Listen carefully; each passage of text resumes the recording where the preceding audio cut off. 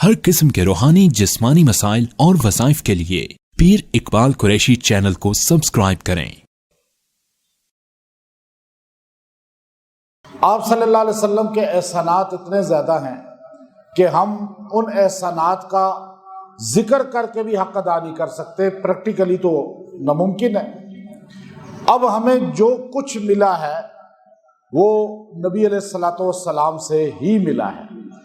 اب ہم جتنا بھی اللہ کو پہچانتے ہیں یا یوم آخرت کو پہچانتے ہیں، قرآن حکیم کو پہچانتے ہیں اور جتنے بھی اعمال کو پہچانتے ہیں، تو یہ حضور اقدس صلی اللہ علیہ وسلم کی ذات طیبہ کی برکت سے، یا پھر آپ کے بعد جو محسن ہیں امت کے، وہ آپ علیہ السلام کا گھرانہ ہے یا آپ کے صحابہ ہیں۔ گھرانے کو اہل بیت کہتے ہیں اور آپ کی جماعت کو صحابہ کہتے ہیں۔ اچھا، جب صحابہ کا لفظ آتا ہے تو وہ جامع لفظ ہے۔ جب آپ کہتے ہیں اصحاب پیغمبر صلی اللہ علیہ وسلم، تو اس میں اہل بیت خود بخود آ جاتے ہیں، کیونکہ اہل بیت ہیں ہی صحابہ۔ نبی علیہ السلام کے صحابہ کا اعزاز ان کو ملا ہے۔ جیسے جب آپ کہتے ہیں نبی اللہ کے جتنے ہیں، تو نبیوں میں جب آپ تذکرہ کرتے ہیں نبیوں کا، تعداد کا یا ان کی صفات کا، تو رسول اس میں آ ہی جاتے ہیں، چونکہ ہر نبی رسول نہیں ہوتا، لیکن ہر رسول نبی ہوتا ہے۔ ہر رسول نبی ہوتا ہے، لیکن نبی ہر رسول نہیں ہوتا۔ ہر اہل بیت رسول صحابی ہوتا ہے، لیکن ہر صحابی اہل بیت نہیں ہوتا۔ اب بات سمجھے ہیں؟ آپ جب کہتے ہیں صحابہ تو اس میں اہل بیت آ گئے۔ آپ جب کہتے ہیں نبی ساروں کو سلام لے رہا، تو رسول اس میں آ گئے نا۔ اب آپ کہیں جی آپ نے رسولوں کا نام ہی نہیں لیا، آپ تو رسولوں کے منکر ہو گئے۔ آپ کہیں گے میں رسولوں کا منکر نہیں۔ جب میں نے کہا انبیاء پر میرا سلام، تو مطلب کیا ہوا؟ رسول آ گئے نا اس میں۔ جب آپ نے کہا صحابہ کو میرا سلام، تو اہل بیت تو اس میں آ گئے۔ بات سمجھیں آپ؟ اب یہاں پر کچھ لوگ ایسے ہیں، وہ کہیں جی ہم خالی رسولوں کو مانتے ہیں، نبیوں کو نہیں مانتے، تو وہ مومن ہوں گے؟ چونکہ خالی رسول تو 313 ہیں، روایات مختلف ہیں۔ اولو العزم 5 کا ذکر کیا۔ اب 313 کو آپ مانیں گے، 1.25 لاکھ کو نہیں مانیں گے، تو آپ مومن نہیں ہوں گے۔ اب آپ کو کہا جائے گا نہیں، آپ یہ نہ کہیں ہم رسول سارے مانتے ہیں، بس اتنا نہ کہیں، آپ کہیں ہم سارے انبیاء کو مانتے ہیں۔ یہی تو اختلاف ہے۔ یہود ہمارے پیغمبر کو نہیں مانتے، نصارہ ہمارے پیغمبر کو، وہ نبی مانتے ہیں اپنے نبی کو، ہمارے نبی کو نبی نہیں مانتے، رسول نہیں مانتے۔ یہ اختلاف ہے۔ ہم جامع ہیں، جامع امت مسلمہ۔ ہم کہتے ہیں سارے نبی ہمارے ہیں۔ جب ہم نبی کہتے ہیں تو آپ میں جو ان پڑھ آدمی ہے، جو عورتیں بیٹھی ہیں، ان پڑھ بیٹھی ہیں، وہ بھی یہ جملہ کہتی ہیں۔ پڑھے لکھا ہونا ضروری نہیں، کیونکہ ہم نے بچپن سے یہ سنا ہے، اپنے دادا پردادا سے یہی سنا ہے کہ نبی سارے پاک ہیں، ہے نا؟ اس لیے آپ کو میں کہوں نبی کیا ہے، تو آپ کیا کہیں گے؟ نبی سارے بولیں، نبی سارے پاک ہیں۔ اب آپ نے جب کہا نبی پاک ہیں، تو رسول آ گئے نا اس میں۔ اچھا، ہم نے بچپن سے اپنے بچوں کو یہ تعلیم دینی ہے کہ سارے صحابہ جنتی ہیں، سارے صحابہ کیا ہیں؟ اب یہ بچپن سے تعلیم دے۔ جب آپ کہیں گے خالی اہل بیت جنتی ہیں، آپ کہیں گے اہل بیت جنتی ہیں، تو صحابہ کو آپ نے نکال دیا نا۔ جیسے آپ نے کہا رسول خالی جنتی ہیں، پاک ہیں، تو انبیاء کو نکال دیا آپ نے۔ آپ جامع لفظ بولیں، وسعت قلبی کا اظہار کریں، قرآن کو سمجھیں۔ آپ کہیں صحابہ سارے، تو اس میں اہل بیت آئے یا نہیں آئے؟ اہل بیت کے پاس 2 تمغے ہیں، جیسے رسولوں کے پاس 2 تمغے ہوتے ہیں۔ ایک تمغہ رسول ہونے کا، شریعت والا، کتاب والا ہونے کا، اور ایک نبی ہونے کا۔ اہل بیت کے پاس 2 تمغے ہیں، اعزاز زیادہ ہے ان کے پاس، یہ ہم مانتے ہیں، ہمارا ایمان ہے۔ لیکن وہ بھی صحابہ ہیں، وہ بھی شرف صحابیت کو بھی پہنچے اور گھرانہ رسول بھی بن گئے۔ اچھا، ایک گھرانہ ہے، ایک یارانہ ہے، ایک طرف یوں سمجھ لیں آپ. اب گھرانہ رسول کے پاس جب آپ اہل بیت کہیں گے تو وہ صحابی ہیں، پہلے وہ جنتی ہیں، ہم مانیں گے. پھر وہ نبی کا گھرانہ ہے تو جنت میں بھی درجوں میں اور اوپر، اور زیادہ اعزاز، اور زیادہ شرف. اب یہ بنیادی عقیدہ مسلمانوں کا ہوا.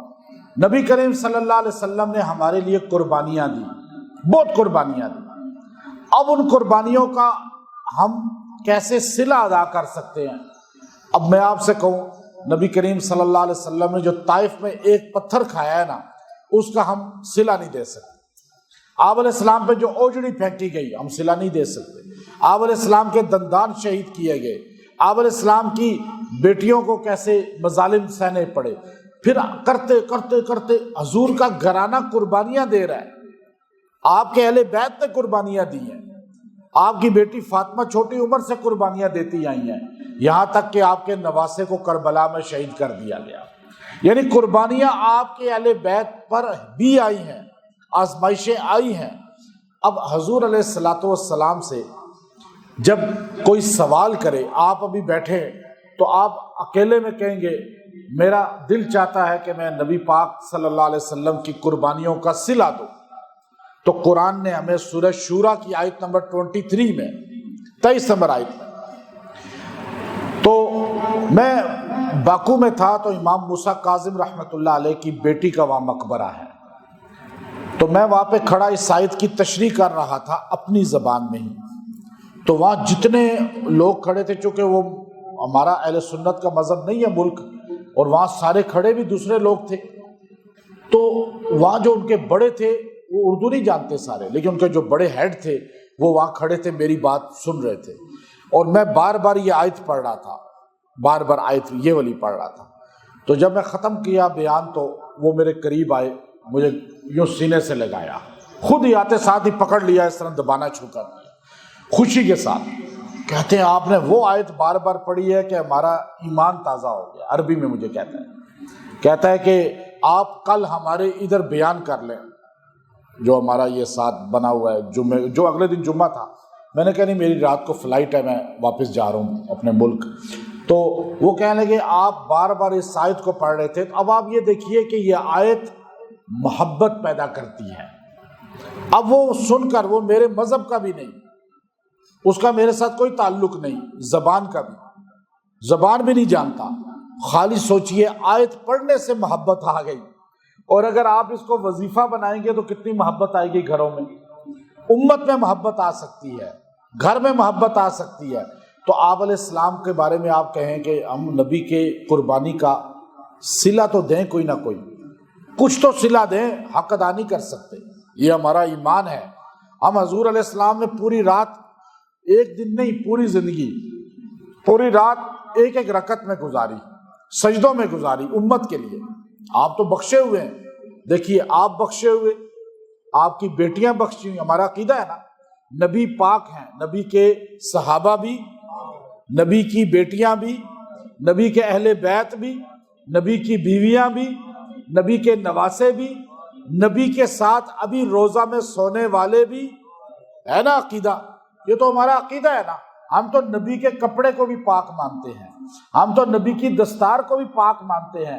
ہم وہ مسلمان ہیں، ہمارا عقیدہ ہے جو مولانا قاسم نانوتوی رحمۃ اللہ علیہ نے لکھا آب حیات کے اندر، کہ نبی جس جگہ روزہ اطہر میں لیٹے ہوئے ہیں وہ مٹی کا ذرہ عرش مالا سے بھی مقدس ہے. یہ ہمارا عقیدہ ہے اہل سنت کا. ہم بنیادی عقیدہ رکھتے ہیں. نبی کو خالی پاک نہیں مانتے، نبی سے جس نے نبی کے ہاتھ پہ ہاتھ رکھا وہ بھی.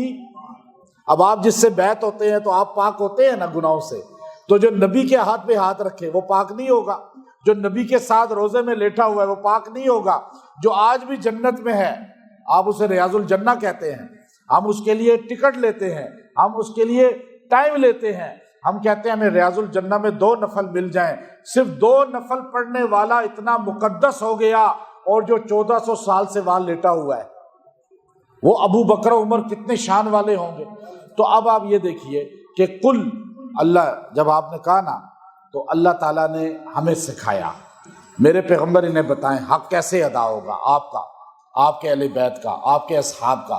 تو آپ کا حق ادا کرنا چاہتے ہیں قربانیوں کا، تو آپ نے فرمایا میری امت کے لوگوں، میری طائف کی وادی کے پتھر ان کا صلہ دینا چاہتے ہو، تم اگر مجھے غار سور کا وہ سفر اس کا صلہ دینا چاہتے ہو، اگر ہجرت کا وہ سفر اس کا صلہ دینا چاہتے ہو، کعبہ کے اندر اوجڑی پھینکے جانے کا صلہ دینا چاہتے ہو، رستے میں کوڑا اور کانٹے بچھائے جانے کا صلہ دینا چاہتے ہو، میری 23 سالہ دور کا قربانیوں کا صلہ دینا چاہتے ہو، تو میں صلہ تم سے نہیں مانگتا۔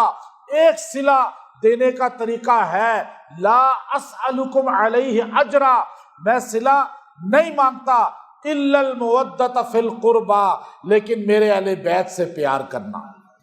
تم میرے اہل بیت سے پیار کرو، تم میرے گھرانے سے پیار کرو، میں تمہارے جتنے بھی اعمال ہیں اور جو تم صلہ دینا چاہتے ہو، سمجھو کہ تم نے پیغمبر کا قربانیوں کا صلہ دے دیا اگر میرے اہل بیت سے تم نے پیار کیا۔ اہل بیت سے پیار کرنا